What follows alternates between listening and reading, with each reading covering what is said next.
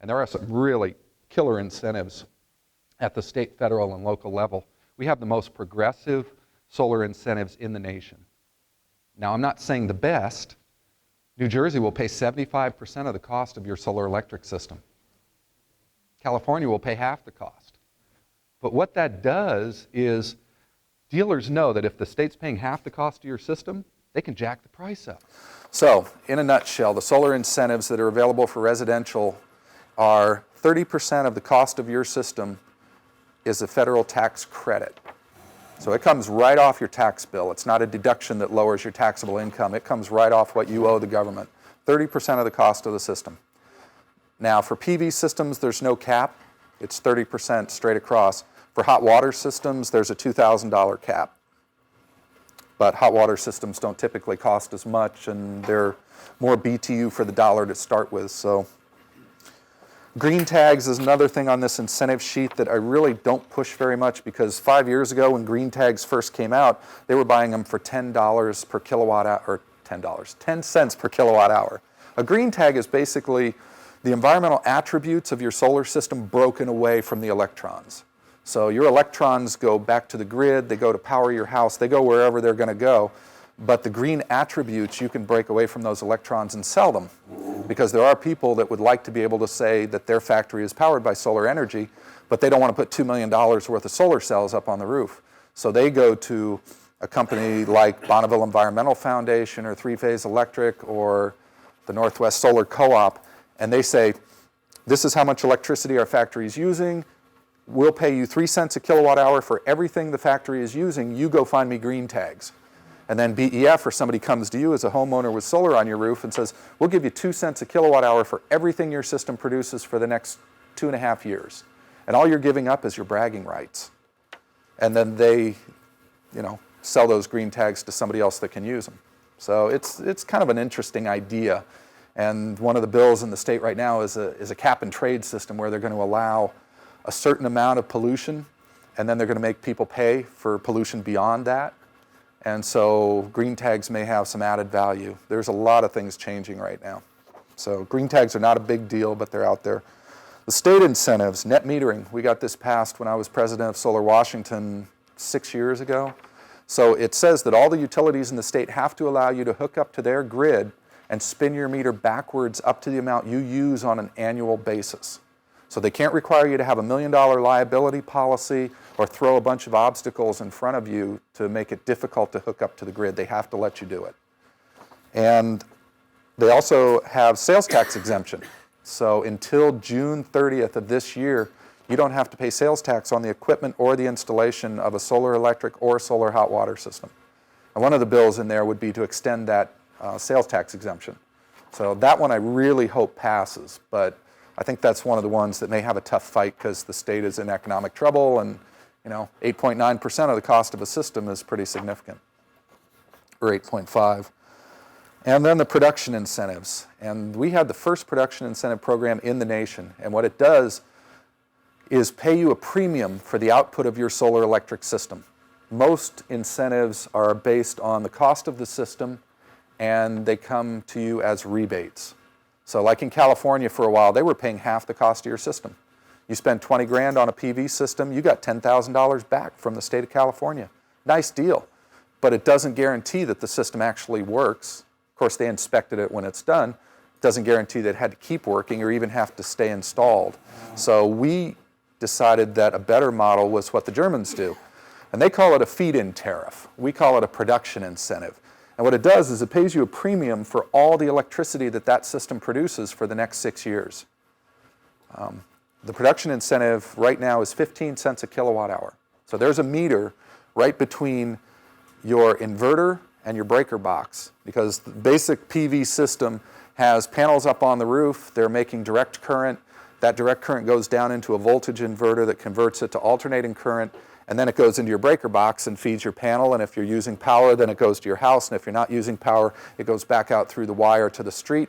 And it spins your revenue meter backwards and gives power to your neighbors. I mean, it doesn't give it. It's, supplies your neighbors with power. So there's a production meter in between the inverter and the breaker box, and so every kilowatt hour of alternating current that your system produces accumulates in that production meter, and the utility pays you 15 cents a kilowatt hour for everything the system makes for the next 6 years. Now, if you can buy your inverter from an in-state manufacturer, you get 18 cents a kilowatt hour. If you can buy your panels from an in-state manufacturer, you get 36 cents a kilowatt hour added to the 18. So you're up to 54 cents a kilowatt hour now for everything your system makes for the next 6 years. And I know the next question is, how many people are making inverters and panels in-state? There was also a companion bill, Senate Bill 5111, that gave incentives to manufacturers that would come into the state to produce solar equipment. Right now, there's one company making inverters called Outback Energy Systems, but they're all battery-based. You got to have batteries. And if you're a straight grid-tied system, you live in the middle of the city, why would you want batteries? They're expensive, they're heavy, they give off hydrogen gas when they're charging unless you buy absorbed glass mat or some kind of sealed batteries, which cost twice as much. So I'm not real big on battery systems, plus they're expensive. You know, even a reasonable sized battery bank is about $3,000. So, and they're going to last about 5 to 10 years if you take good care of them. You can kill them in a year if you don't. But if you're in the city and you're hooked to the grid, unless you've got a dialysis machine or some big computer server that has to run 24 hours a day, 365 days a year, avoid batteries. So Outback Power Systems is the only inverter manufacturer in the state right now that qualifies. All of the components have to be UL listed. There's a company in Arlington called Silicon Energy. So if you go to Silicon, and I think it's dash, it's not, yeah, I don't like getting that crap on my hands. I think it's Silicon dash solar. It's either, I should know this. Solar. And they're a spin-off of Outback Power Systems. And they are producing panels. They're in for their UL listing right now, and they're having a little trouble. Most of the time, people run out of budget way before they run out of roof. So it's not like, you know, you're going to be getting right up to more than your house is using. Because the other thing is, when I said most houses will use between 2 and 3 kilowatts of capacity, that's assuming you have your 4 big loads off of electricity. So you're not going to try and do space heat, hot water, stove, or dryer. Those are the 4 big loads. It takes an incredible amount of electricity to heat stuff. I mean, think about a blow dryer. You know, you're just blowing your hair with it, and it's 1,500 watts. That's 150 square feet of panels. That's about a $12,000 system to run a blow dryer, you know? So the electricity is ideally should be used for things that you can't do any other way. I mean, electricity, when you think about it from a physics standpoint, electricity is the highest form of energy we know of. You can run laser beams with electricity. You can do anything with electricity.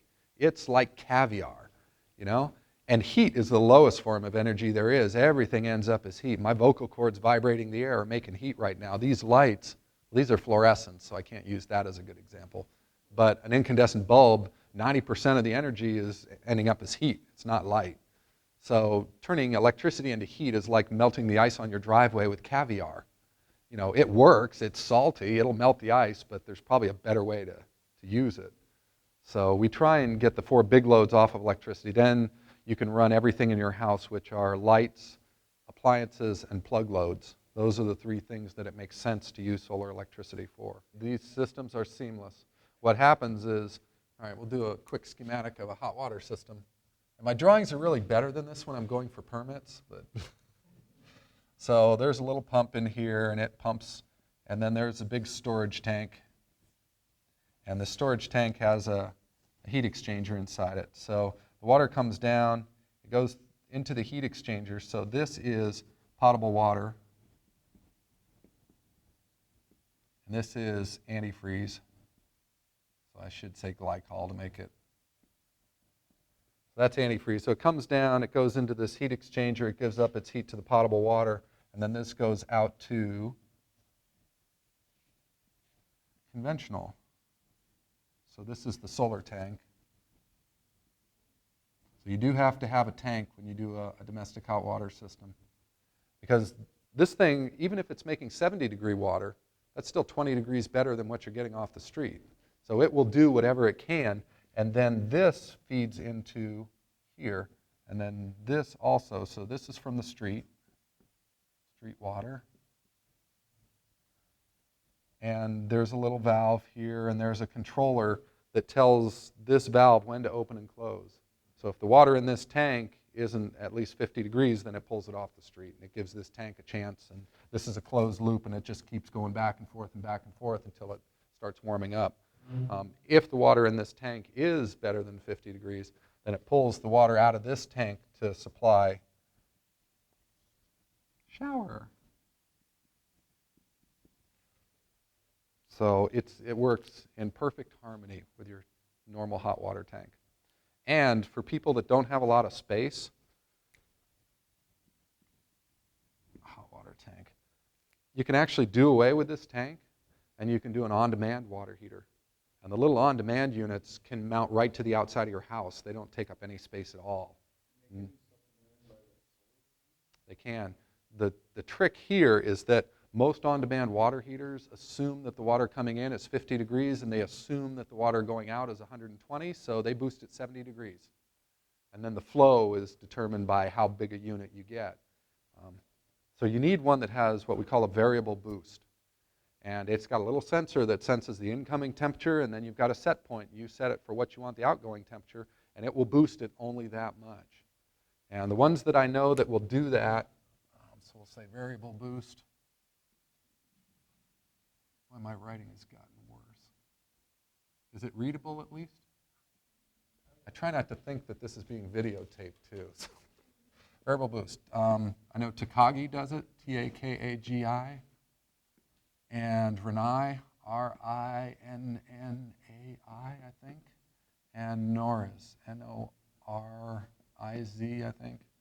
Those are the three that I know of that will do a variable boost and that will work with the solar system. And when we sell a solar hot water system, there is a tank. It's a glass line tank, which is a 15-year tank, and that comes with the system. If you want a stainless steel tank, the upgrade is like $700 or $800 for a 60 or 80 gallon tank, and then it's got a lifetime warranty. You never have to worry about replacing the tank. All right, so did we cover all the incentives? Talked about in-state, and there are in-state inverters. There's a company up in Bellingham that makes an inverter that qualifies for in-state called Alpha Technologies, and it's a good inverter.